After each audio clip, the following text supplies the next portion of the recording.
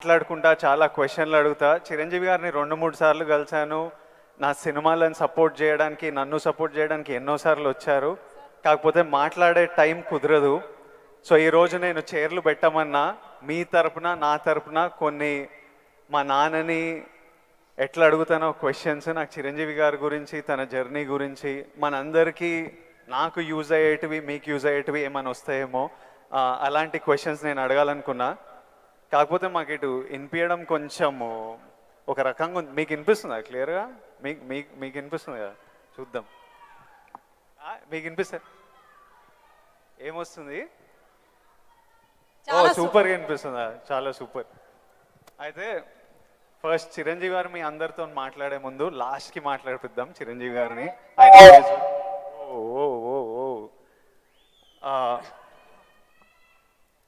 First of all Chiranjeevi garu, we all love you. And అరే చిరంజీవి గారికి పద్మవిభూషణ్ వచ్చింది, అందరూ వేసుకోండి. ఫస్ట్ ఆఫ్ ఆల్ మీకు తెలుసా అసలు ఇండిపెండెన్స్ వచ్చినప్పటి నుంచి ఇండియాలో ఒక 300 మందికి వచ్చింది పద్మవిభూషణ్. అంత రేర్ అవార్డ్ అది చిరంజీవి గారికి మన తెలుగు స్టేట్స్ నుంచి వచ్చింది. మనం అందరం చాలా గర్వంగా ఫీల్ అవుతున్నాము. సో చిరంజీవి గారికి చప్పట్లు అందరికి. First of all let's celebrate. Thank you Vijay. ఇప్పుడు చిరంజీవి గారు, నేను క్వశ్చన్లకు వచ్చేస్తా. నాకు చాలా డౌట్లు ఉన్నాయి. ఫస్ట్ ఆఫ్ ఆల్ అంటే నేను మీ ఏవి చూస్తున్నప్పుడు మా అందరికీ మీ జర్నీ తెలుసు. ఆ జర్నీ చూసినప్పుడల్లా మళ్ళీ లోపల ఎమోషన్ కలుగుతుంటుంది. ఇప్పుడు నేను ఈరోజు ఇక్కడ ఉంటానని నేను ఎప్పుడు అనుకోలేదు. ఫర్ ఎగ్జాంపుల్ మా నాన్న మిమ్మల్ని ఫస్ట్ టైం షేర్ చేసినప్పుడు మా నాన్న కన్నీళ్ళు వచ్చేసినాయి. ఎందుకంటే మిమ్మల్ని స్క్రీన్ మీద చూసి ప్రేమించి అదొక ఎమోషన్, ఎస్పెషలీ ఆ టైమ్స్లో అదొక విపరీతమైన ఎమోషన్. అలాంటిది మా కొడుకు వల్ల నేను చిరంజీవి గారితో స్టేజ్ మీద ఉన్నా, నన్ను కౌగిలించుకుంటున్నారు అన్నది ఇంటికి వచ్చిన తర్వాత కూర్చొని మాట్లాడుకునే ఎన్నో రోజుల మొన్నటి వరకు కూడా మాట్లాడుకునే ఇన్సిడెంట్. అది అంత స్ట్రాంగ్ ఎమోషన్. సో నాకు తెలియదు, మా నాన్నకు తెలియదు మేము ఈరోజు ఇక్కడ ఉంటామని. మీరు ఎప్పుడన్నా ఊహించారా ఈరోజు మీరు మెగాస్టార్ చిరంజీవి అవుతారని? మీకు ఈ పద్మభూషణ్, పద్మవిభూషణ్, ఇంత గుర్తింపు, ఇంత ప్రేమ అవుతారని మీరు ఎప్పుడన్నా, మీరు యంగ్ ఉన్నప్పుడు ఎలా ఆలోచించేవారు? ఎప్పుడన్నా ఊహించారా? ఇది నా ఫస్ట్ డౌట్. ఆ ఊహ ఒకే రోజు మొదలవలేదు. నా ఇంట్రెస్ట్ నేను అలా పెంచి పోషించుకుంటూ వెళ్ళే తరుణంలో నాకు కొన్ని విజువల్స్ అనేది నాకు కనపడుతూ ఉండేవి, ఊహించుకుంటుండేవాడిని. దానికి కారణం బహుశా నాకు చిన్నప్పుడు ఏర్పడిన చిన్న తారసపడినటువంటి చిన్న ఇన్సిడెంట్స్. నేను 10th క్లాస్లోను డిగ్రీల్లోనూ డ్రామాలు వేసినప్పుడు, కాలేజీ బెస్ట్ యాక్టర్ వచ్చినప్పుడు, స్కూల్ బెస్ట్ యాక్టర్ వచ్చినప్పుడు నేను నడుచుకుంటూ వెళ్తుంటే అందరూ ఇతనే ఆ సినిమా, ఆ కథలు అవి ఆ నాటికలో చేసింది అది అని అందరూ పొగుడుతుంటే మొత్తం చాలా గర్వంగా ఉండేది. అది రుచి మరిగే నేను ఆ రకంగా నా మైండ్ సెట్ లేదా ఒక బీజం లాంటిది నాకు ఆ క్షణానే పడింది అనుకుంటాను నేను నటుడు అవ్వాలని. ఒక నటుడైతే ఇంతమంది అటెన్షన్ ఉంటుందా? మన కాలేజీ ఫస్ట్ వచ్చినా సరే ఇంతమంది మన ఇంకా చూడరే, అలాంటిది నటుడు అయితే, సెలబ్రిటీ అయితే ఇంత ఇదిగా ఉంటుందా అన్నది అక్కడి నుంచి దాన్ని నర్చర్ చేసుకుంటూ పెంచి పోషించుకుంటూ అలా వచ్చిన అవకాశాలను సద్వినియోగం చేసుకుంటూ ఆల్వేస్ నా దృష్టి ఏంటంటే నేను ఏదో నడుచుకుంటూ వెళ్తుంటే కొన్ని 100 మంది 1000 మంది నన్ను చూస్తారు, చూడాలి అంటూ అలా day after day, year after year పెరుగుతూ వచ్చినమాట వాస్తవం.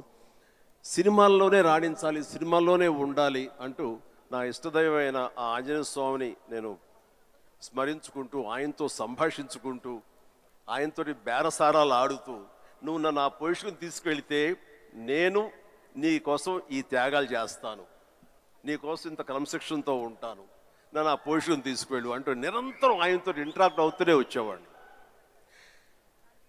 దేవుడు అనేవాడు ఉన్నాడా లేడా అనే దాని గురించి కానీ, దేవుని నమ్మకం అనేది పక్కన పెడితే, దేవుడు అనేది నథింగ్ బట్ ఈ ప్రకృతి. దేవుడు is nothing but our inner consciousness, అంతరాత్మగా నువ్వు ఏదైతే ఫీడ్ చేస్తావో, ఏదైతే సో చేసుకుంటూ నర్చర్ చేస్తూ నీళ్లు పోసుకుంటూ పెంచి పోషించుకుంటావు. One day you have to attain that, you have to reach that goal. అదే ఈరోజు జరిగింది. ఇప్పుడు మీరు కాబట్టి నీకు షార్ట్ ఆన్సర్ ఎస్, ఊహించారు, ఈ పొజిషన్ రావాలని ఊహించారు, అందుకే వచ్చారు. మీరు ఓకే స్కూల్లో నటించారు, ఆ ప్రేమ మీకు నచ్చింది, ఈ పొజిషన్ సినిమా మీకు ప్రేమ, సినిమాలో ఈ పొజిషన్కి రావాలనుకున్నారు, ఊహించారు. కానీ ఫస్ట్ టైం ఆ డెసిషన్ మీరు తీసుకొని మీ అమ్మా నాన్న వాళ్ళతోనూ చెప్పింటారు కదా, ఇప్పుడు ఊరు నుంచి సిటీకి రావాలి, నా కెరియర్ ఇదనుకుంటున్నాను అన్నప్పుడు మీ ఫ్యామిలీ వాళ్ళు ఎలా రియాక్ట్ అయ్యారు దానికి? నా అదృష్టం కొద్దీ మా నాన్నగారికి కూడా చిన్న సినిమా పిచ్చి ఉంది. అందుకని ఆయన అందులో రాణించలేకపోయారు. కానీ కొడుకు వెళ్తానంటే ఆయనకి ఇష్టమే, కానీ ఏమో అక్కడ పరిస్థితులు ఎలా ఉంటాయో, ప్రతికూల పరిస్థితులు ఏముంటాయో, తను రాణించగలడా లేదా అన్నది నాకున్నంత నమ్మకం నాన్నగారికి లేక సంశయించారు. లేదు నాన్న, నేను ఖచ్చితంగా వెళ్తాను, అది ఇది నువ్వు జస్ట్ పంపించు అని అంటే, సరే నాన్న అయితే వెళ్ళు, ఇన్స్టిట్యూట్ చేరతానన్నావు కాబట్టి, టెక్నికల్గా నేను నేర్చుకుని వస్తున్నావు అంటున్నావు కాబట్టి I will appreciate and welcome it. But only thing is, ఒకవేళ రాణించలేకపోతే ICAW చేరు, నైట్ కాలేజెస్, అదేనా టైం వేస్ట్ లేకుండా ఉంటుందంటే ఆయన కోసం చేరేది తప్ప నేను అందులో డౌట్ ఉండి అటు కాకపోతే ఇటు అనే డౌట్ నాకు లేదు. అందుకని ఆయన కోసం చేరాను. 6 నెలల్లో ICWA ఆపేశాను, ఇదే కంటిన్యూ చేసి వచ్చాను. ఫిల్మ్ ఇన్స్టిట్యూట్లో ఉండగానే మొదటి సినిమా, ఆ తర్వాత రెండో సినిమా, ఆ సినిమా ఫినిష్ అవ్వకుండా మూడో సినిమా, అట్లా వరుసగా వచ్చిన విజయాలు. ఐ కెన్ సే, నాకు భగవంతుడు ఆఫీసులకి ఫోటోలు తీసుకెళ్ళి, సార్ ఇది నా ఫోటో సార్, నేను యాక్ట్ చేస్తాను సార్ అని చెప్పే ఒక పరిస్థితి నాకు కల్పించలేదు. అది చాలా గర్వంగా ఫీల్ అవుతాను. ఆ భగవంతుడు, ఆ ఆల్మైటీ నాకు ఇచ్చేటువంటి ఒక ప్రైడ్గా ఫీల్ అవుతాను. నేను ఎవరికి ఎక్కడికి ఏ ఆఫీస్కి వెళ్ళలేదు. నేను ఆ ఫస్ట్ సినిమా మీకు ఎట్లా వచ్చింది సార్? అది కూడా కాకతాళీయం. అంటే ఇది చాలామంది తెలిసేమో అనుకుంటున్నాను. నేను మళ్ళీ చెప్పనా వద్దా, ఆపేద్దామా? సరే చెప్తాను అయితే. ఓకే, నేను ఇన్స్టిట్యూట్ చేరుతున్నాను 78 మేకి నా ఫిల్మ్ ఇన్స్టిట్యూట్ కోర్స్ అయిపోతుంది. 1978కి 77 ఇనీషియల్గా, అంటే జనవరి ఆ ప్రాంతంలో నా స్నేహితుడు సుధాకర్ అని వాడు మంచి అవకాశం వచ్చింది. కానీ పునాది రాళ్ళు అనే సినిమాలో 5గురిలో ఒక వేషం చేయాల్సి వచ్చింది. ఆ వేషం చేస్తే నా సినిమాలో నువ్వు చేయలేవు, వద్దు అని భారతీ రాజా గారు అన్నారు. నాకు వెళ్ళి వాళ్ళ దగ్గర నో చెప్పాలంటే భయంగా ఉంది, నువ్వు కొంచెం వస్తే కనుక నేను నో చెప్తాను, కొంచెం ఉంటుందంటే వాడికి భరోసాగా పదరా వెళదాం అని చెప్పి వెళ్ళాను. అండ్ వెళితే చేయంటే అదెట్లాగా సడన్గా మేము ఫిబ్రవరిలో పెట్టుకున్నాం షూటింగ్, రాజమండ్రిలో అన్ని సెట్ చేస్తాం, రాకపోతే ఎట్లాగా అది దానికి లేదంటే నాకు గొప్ప అవకాశం వచ్చింది.